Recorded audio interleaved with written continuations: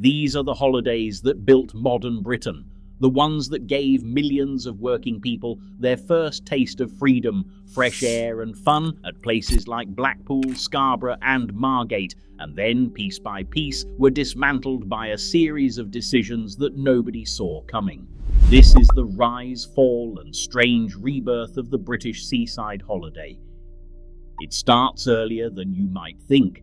In the 1620s, visitors were already travelling to Scarborough in North Yorkshire to drink and bathe in its mineral springs. By the 1750s, doctors were actively prescribing sea bathing as a cure for all manner of ailments. The seaside wasn't leisure yet, it was medicine. But the Victorians changed everything. When the railways expanded across Britain in the 1840s and 1850s, suddenly a mill worker in Manchester could reach Blackpool in a couple of hours. A clerk in London could get to Margate before lunch. And it wasn't just any trip. In the mill towns of Lancashire, an entire tradition grew up around it. Once a year, the factories would shut down completely for what became known as Wakes Week, a staggered shutdown period where whole communities would decamp to the coast together. Coastal towns that had been quiet fishing villages were transformed almost overnight into playgrounds. Piers went up, including Blackpool's 3 piers and Brighton's Palace Pier. Promenades were paved. Punch and Judy shows found new audiences on the sand. Donkey rides became a fixture from the 1880s onward. And Blackpool, well, Blackpool did things its own way. In 1879, it became one of the first towns in the world to install electric street lighting, and from that same spirit of illuminated spectacle, the Blackpool Illuminations were born, a tradition of festive lights that has drawn visitors every autumn for well over a century. In 1894, the Blackpool Tower opened, a gleeful northern riposte to the Eiffel Tower. 2 years later, the Pleasure Beach followed. By 1900, Blackpool was welcoming millions of visitors a year, mostly from the Lancashire mill towns during their Wakes Week shutdowns, and it was only getting started. But here's the thing about those early holidays. They weren't really for everyone. Most working-class families couldn't afford to take time off, because time off meant no pay. You could dream about the seaside all you wanted, but if a week away meant your children went hungry the week after, it stayed a dream. That changed on July 29, 1938, when the Holidays with Pay Act became law. For the first time, working-class employees were entitled to paid time off. The effect was seismic. One factory worker from Coventry wrote to the Midland Daily Telegraph that year, saying, "We have had a good holiday, feeling for the first time that we could afford to pay for it without having to apologise to the butcher and baker for being unable to meet his bills the week after." That single piece of legislation unlocked the seaside for an entire class of people who had been shut out, and a man named Billy Butlin was ready for them. In the 1920s, young Butlin had been staying at a bed and breakfast in Barry Island, Wales, and he'd had a miserable experience. Guests were locked out of their accommodation after breakfast and not allowed back until tea time. If it rained, and this is Wales we're talking about, you just had to suffer. Butlin later wrote in his autobiography, "I was astounded by the way the guests were treated. When it rained, life became a misery." So he decided to build something different. On April 11, 1936, he opened his first holiday camp in Skegness, officially opened by Amy Johnson, the first woman to fly solo from England to Australia. It was a revelation. Everything was included. Entertainment, meals, accommodation, all for one price. No locked doors, no boredom. Between 1936 and 1966, 10 Butlin's camps were built. Competitors like Fred Pontin and Harry Warner launched their own chains. By the post-war years, holiday camps were catering for roughly 60% of the entire British holiday market. The early to mid-1970s were the absolute peak. Over 40 million people took a holiday within the UK in those years. Blackpool, Scarborough, Llandudno, Skegness, Brighton, Margate. These were names woven into the fabric of British life. And then came the decision. or rather the cascade of decisions. In 1957, British European Airways launched the first package holidays to Spain, flying tourists to Valencia. It was a novelty at first, something for the adventurous middle class. But the idea of the package tour wasn't entirely new.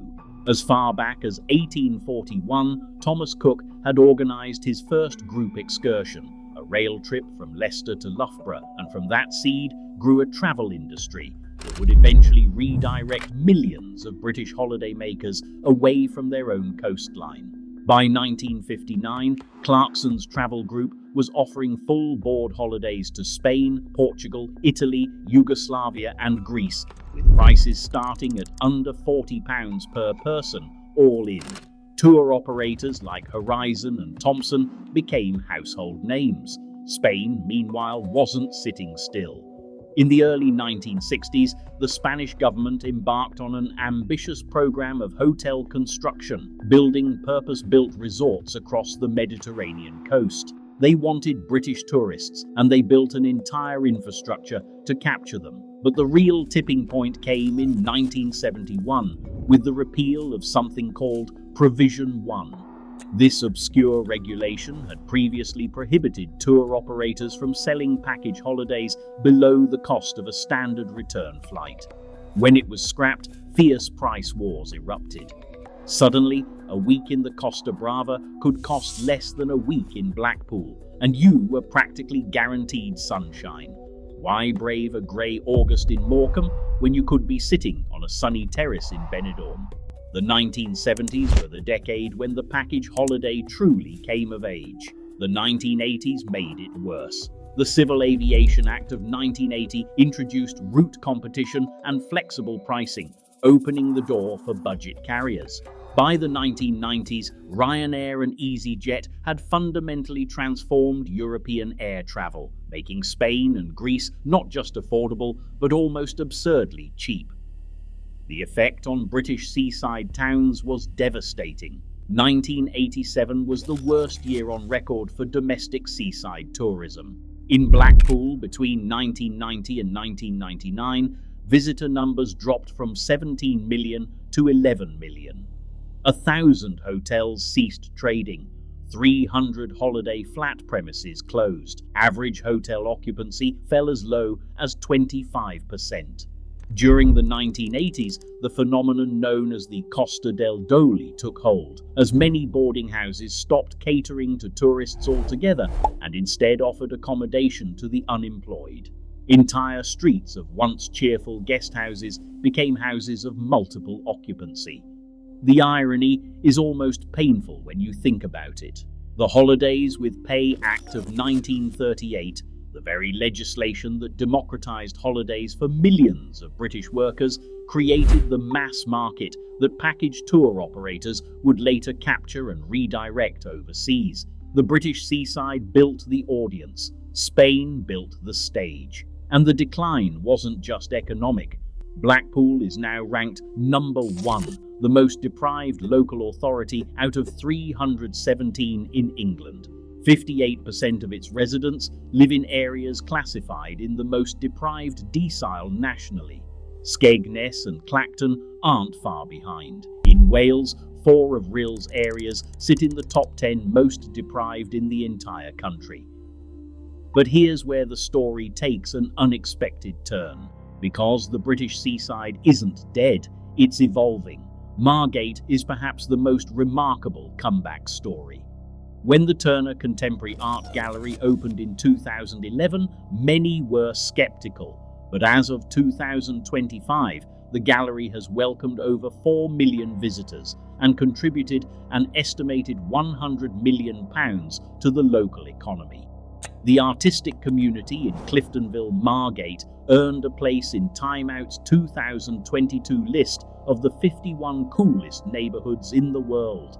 Margate, coolest in the world. Blackpool, too, has clawed back ground. It now attracts around 18 million visitors a year, generating £1.7 billion in tourism revenue and supporting over 22,000 jobs. 3 Butlins camps still operate in Bognor Regis, Minehead and Skegness, reinvented for modern families. And they're not alone. Center Parcs, which opened its first UK village at Sherwood Forest in 1987, at almost precisely the moment the traditional seaside was bottoming out, showed that British families hadn't lost their appetite for domestic holidays. They'd simply needed a different offer. Today, operators like Haven Holidays run dozens of parks across the UK coastline, filling some of the gap left by the holiday camps of the post-war era. And the numbers tell a broader story. In 2024, British residents made over 105 million overnight visits within Great Britain. 52% of Brits are planning a domestic holiday alongside a foreign one in 2026, up from 43% the year before. And here's a statistic that would have seemed unthinkable 20 years ago.